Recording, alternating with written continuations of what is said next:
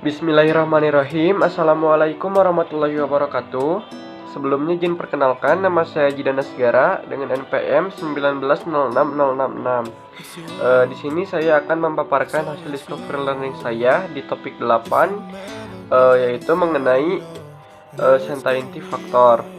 Di sini saya sudah mencari mengenai materi scientific factor dari mulai definisi, rumus, serta implementasi pada jurnal. Langsung saja kita ke pembahasan. Untuk yang pertama, ada definisi scientific factor. Scientific factor merupakan suatu metode yang mendefinisikan ukuran kepastian terhadap suatu fakta atau aturan untuk menggambarkan keyakinan seseorang pakar terhadap masalah yang sedang dihadapi.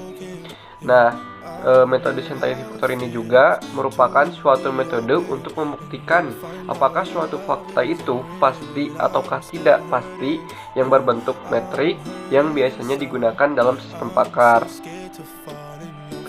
Lalu yang kedua, ada rumus scientific factor.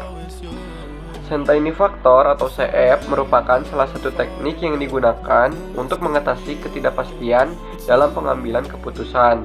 Scientific factor ini dapat terjadi dengan berbagai kondisi. Di antara kondisi yang terjadi adalah terdapat beberapa antecedent atau dalam rule yang berbeda dengan satu konsekuen yang sama. Dalam kasus ini, kita harus mengagregasikan nilai CF keseluruhan dari setiap kondisi yang ada.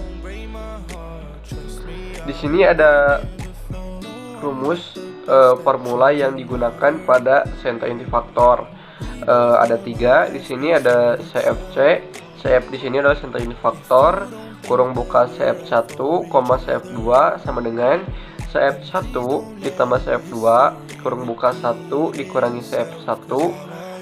Ini keterangannya jika CF1 dan CF2 keduanya positif. Lalu rumus yang kedua ada CFC kurung buka CF1, CF2 sama dengan CF1 tambah CF2 1 ditambah CF1. Keterangannya di sini jika CF1 dan CF2 keduanya adalah negatif. Lalu untuk rumus yang ketiga, CFC CF1, CF2 sama dengan CF1 ditambah CF2. Di sini adalah himpunan ya teman-teman semuanya, atau kurung buka 1 min himpunan CF1 dikalikan dengan CF2. Keterangannya jika salah satu negatif. Mungkin itu untuk pembahasan rumusnya. Untuk contoh implementasinya, di sini saya menemukan di mana penerapan metode scientific factor pada diagnosa penyakit saraf tulang belakang. Di sini jadi implementasinya adalah menerapkan metode scientific factor pada suatu diagnosa penyakit saraf tulang belakang.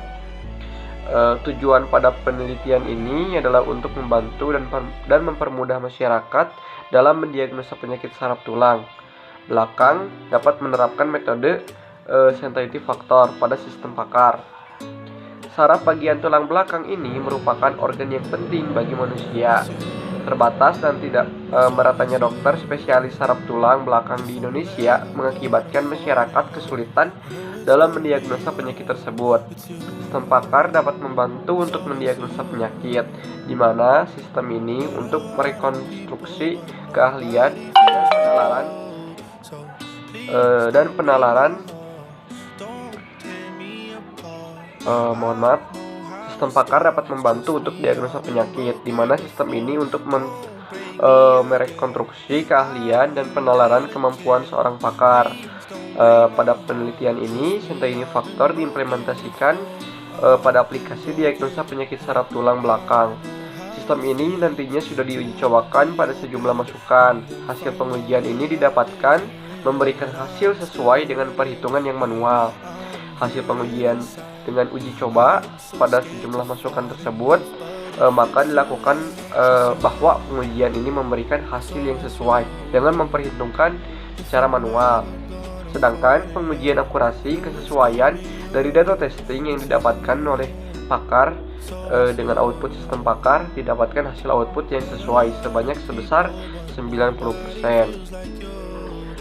Mungkin itu saja pembahasan mengenai scientific factor dari topik 8.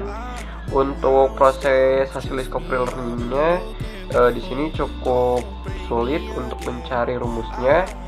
Untuk pengertiannya sangat banyak dan jurnal-jurnalnya juga mengimplementasikan sangat banyak dengan menggunakan scientific factor ini. Namun untuk rumus masih sangat sulit untuk pembahasannya. Mungkin itu saja pembahasan pada topik 8. Mohon maaf bila ada kesalahan dan kekurangan. Wabillahi taufiq wal hidayah. Wassalamualaikum warahmatullahi wabarakatuh.